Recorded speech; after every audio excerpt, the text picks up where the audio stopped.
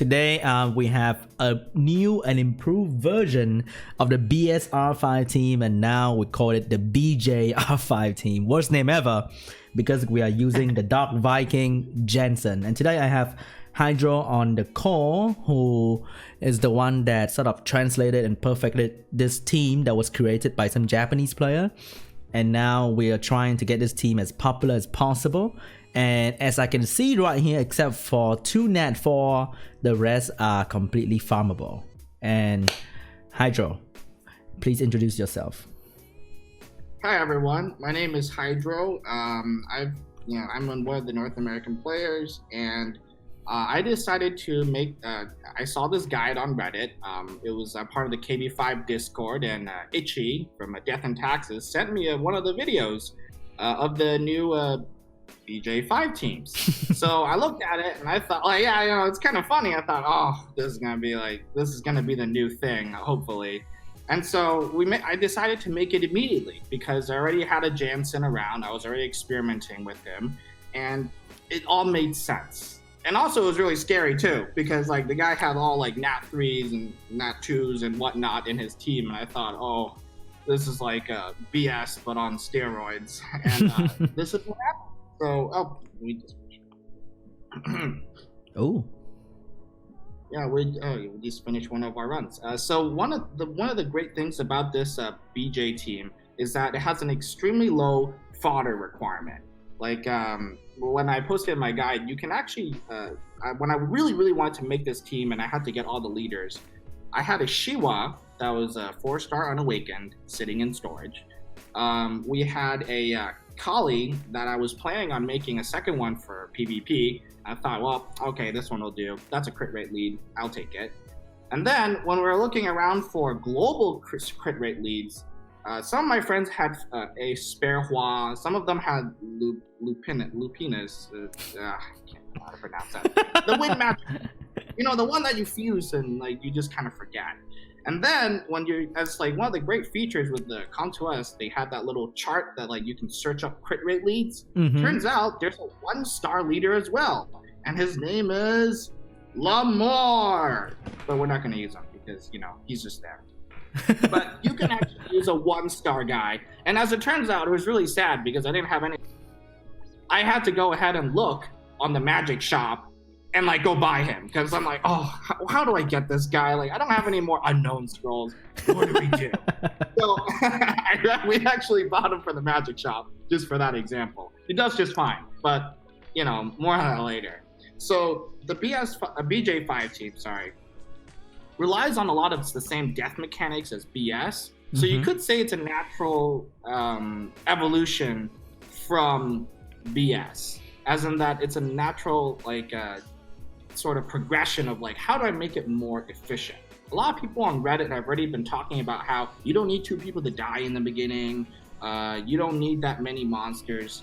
But it seems that like this new team plays a lot more with HP, and especially effective HP, than anything else. Like everyone really focuses on making things not die. We're all used to that concept from like PvP, PvE, like death equals bad most of the time. But this team kind of turns on its head because you want things to die, but not like everything to die. And also you want some things to die at certain points and not at other points. That's like gotta be the craziest concept that like anyone really who like doesn't do this has probably met with. And so like you'll see our friends, they have exactly 10,000 HP, 400 defense after everything else. And so that's just enough if you put him in the back line to make her survive the first breath, but not the jump.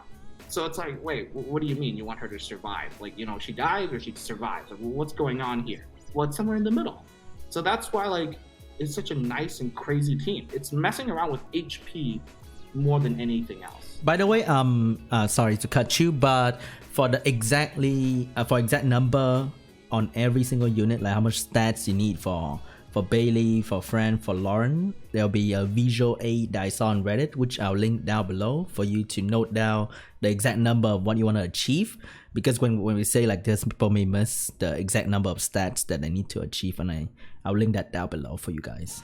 Because I think one thing we forgot to mention about Janssen is that the attack bar amount that he can push is equal to, I mean, proportionate to the number of dead ally revive. So when you revive 3 dead ally, you get 90% attack bar, which will allow the Bailey to go again immediately. I think that's why he is the reason here and not just any reviver, right? Oh, that's correct. So, like, I didn't even know who Janssen was until, like, before I was poking around the revive mechanic with, like, the bar. I'm serious. Like, I didn't even know the guy could revive things. Like, I just thought he was some, like, he's just a dark monster. Like, oh, everyone remembered his light brother because that guy is, like, a frigate, but without the speed, Yeah. without roars or something. The special league frigate. That's right. Yeah, he's a special elite frigate. So then you're like, wait, he has a brother? And then you look at him and you look at his third skill. It's crazy. Like, he revives everyone. That's already pretty cool. That's like that doesn't happen every day. It's like a beta, but like she revives everyone. And he also gives 30% attack bar boost for every single person that revives. So that's kind of cool because we kind of learn a concept like if you die on your own, you get to keep your own attack bar. Example, Perna, Wind Druid, all those other guys that self-revive. But if you get revived by someone else, your attack bar resets. And that's the craziest part because even if we had a normal reviver, or no, a self-reviver, they would still keep their place in line. But because of Dark Viking's mechanic, he gives everyone 90% attack bar on top of their pre-existing attack bar. So just for like, being like a numbers geek, Baleygr actually does get 1, even 2 ticks worth of speed, and he gets about 11. So, if you get 100, you get to go. That's usually the general rule. Because Janssen gives him 90, there's no way the boss can cut him. So even like, you don't even need to use Fran because the Japanese video uses Colleen. And so we all thought that was kind of weird. People were like, wait, but what if I get Oblivion? And then the answer is, don't worry about it. You'll never get to move. So that's really one of the coolest parts because you outspeed the boss and then you have no idea how fast he is after jump either. It's not 192. I know that for a fact because he gets almost half his bar by the time our Janssen gets to move 1. One question though, why is your friend not having Will Rune? Does that matter? Oh, I was hoping you guys won't actually notice that yet. But so, oh boy. All right, so this team, the Japanese team, has a little bit of inefficiency, and it's the point of where you ask yourself, why do I need so many Will Runes? That's always a question because most people ask, oh, why not Will? And I ask myself, why Will? So back with the old KB team, I ran 10 fight sets because you can actually safely take Will off of some monsters while keeping them synchronized. This BJ team, the Japanese guy has 11 fight sets. He put Will on Fran and he put Will on Janssen. Yeah, that's about it. So my team, I realized that you can actually take Fran off of Will and put another fight set on him. And Janssen, you can put another fight set on him too, because there's no way, even a slow Janssen is going to be able to be outsped by the boss after he jumps. Like, even if you're slow, tick 5 onwards, like, that's just like the fastest head. There's no way the boss is gonna lap you because Janssen's just been like slowly like chugging along with this like sub 100 speed, like trying to get that 100% attack bar. Like, he'll get there someday, don't worry. And the jump resets the boss's attack bar too. So you actually technically don't need Will, but in exchange, I'm still trying to figure out what the minimum speed is that you need on Janssen to prevent. So once Janssen gets 90% attack bar, there is a possibility that if you're too slow with the Janssen, like you have no speed on him and you have no Will, even if he boosts the rest of your team with Lauren and Baleygr, you might get cut by the boss. That's just how crazy fan. So that's a fear that we have, and that's why like we're still working on it. But 13 fight sets. But so far, your Janssen without Will Rune on 28 bonus speed is still winning, right? Is this the minimum yet? I mean, it's not the minimum yet. Not yet. So it depends on your Baleygr speed. Like, my Baleygr actually was already super close, or my Baleygr was already kind of super close to the minimum you need to enable your synchronized. Like 29 is already really dang low. It would synchronize to a 0 speed Katarina as well. So that's like something I'm working on, but like obviously for the people that are starting out on this team, I don't recommend throwing in 13 fight sets and then calling it a day.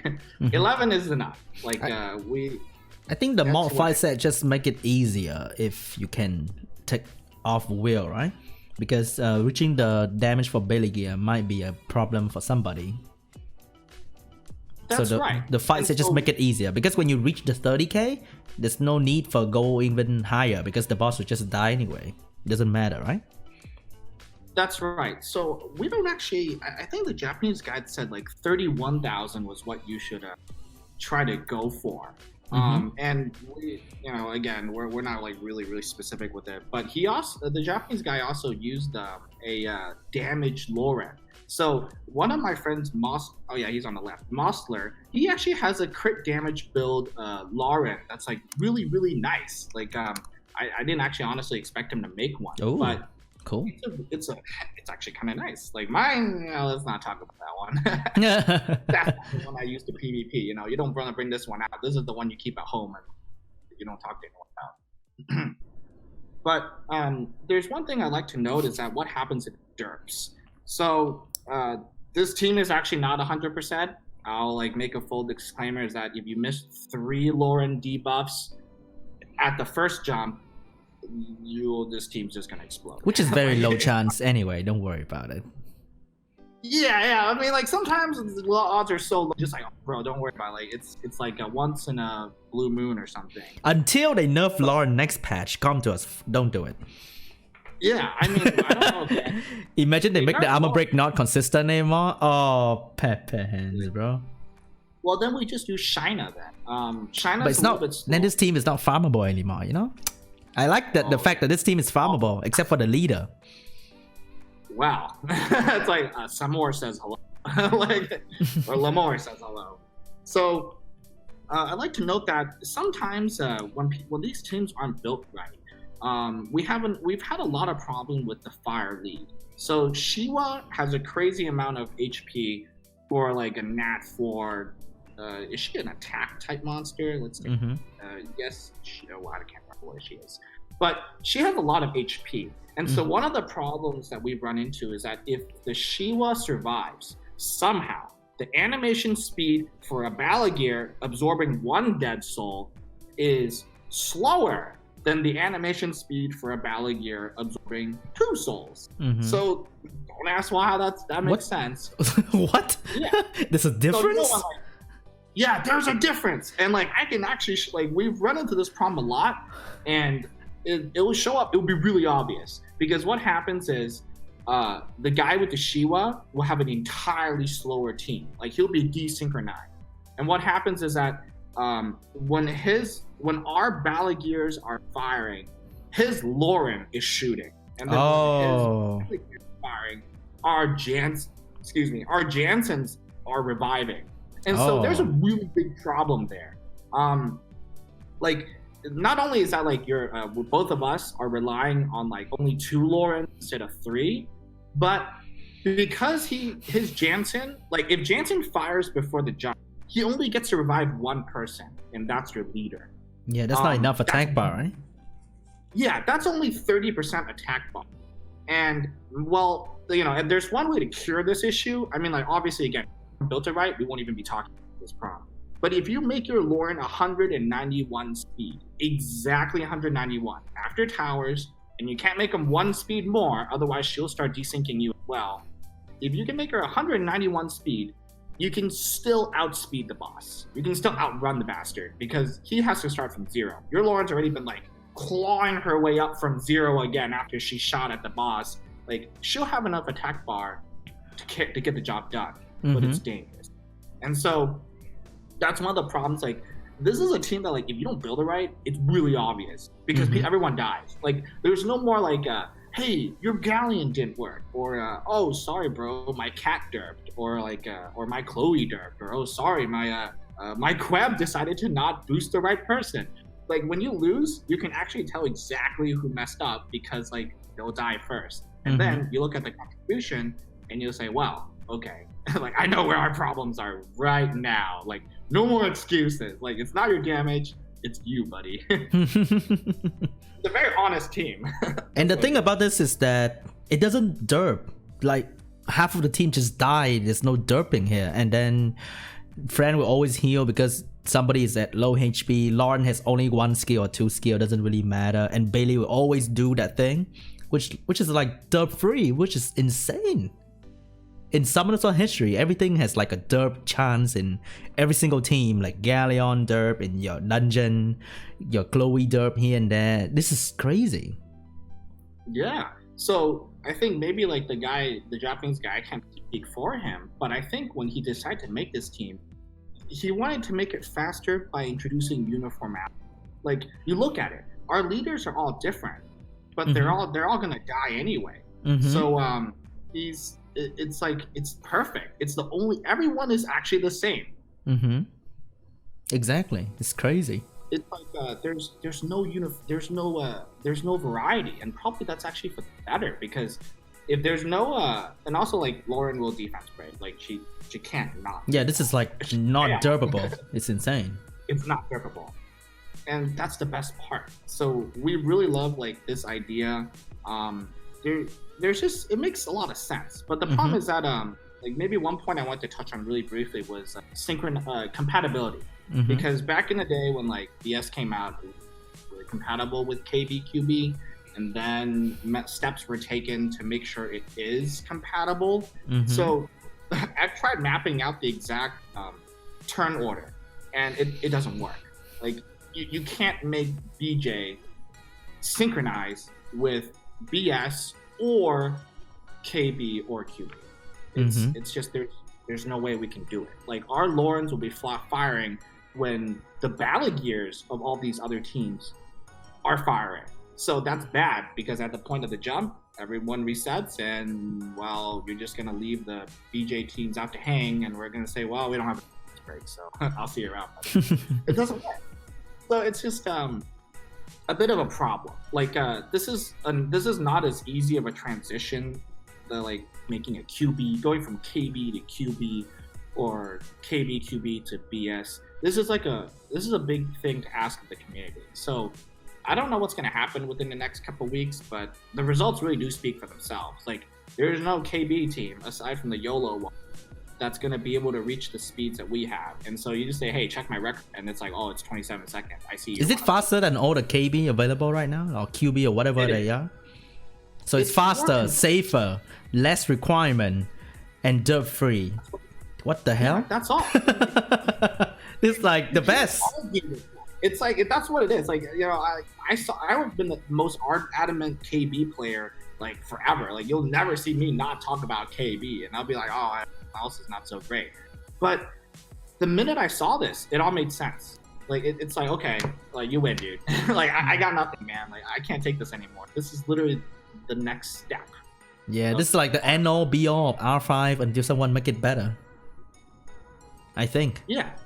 Like there's no reason to go to KB or QB, because this is just unfair. Like I haven't failed once. It's crazy.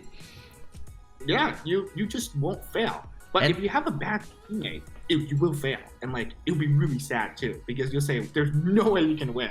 So, yeah. It's not like some guy with a 48 AK cat and like a 28k Bally. He gets carried by some guy from like I don't know, from Mali, who has like a 60,000, 5,000 Katrina and like 35,000 Bally. Like there's no way you can really get carried in this team unless you do a lot of damage. I think one thing to mention for this one is you need your Bailey to be a little bit tankier, because there's no more defense buff for immensity. So you have to pay attention to that as well, which I will link down below, the stat requirement for every single one in like a picture, so it's easier to look at. That's it from me. Really appreciate your time, man. Thank you so much for letting me in on this. It just get crazy every day. I thought the BS team was like the super insane thing a couple days ago, and now there's a new team already. It's like 10 seconds faster. This is crazy. Thank you so much, man. Really appreciate it. Thank you, Sean. All right, that's it for the video, guys. I'll be linking everything in all the information that you need in the comment section, in the description. So check that out. Really appreciate the guys here that let me hop on and talk to them about the team and build this. This is insane. So yeah, I'll see you guys in the next video. Bye.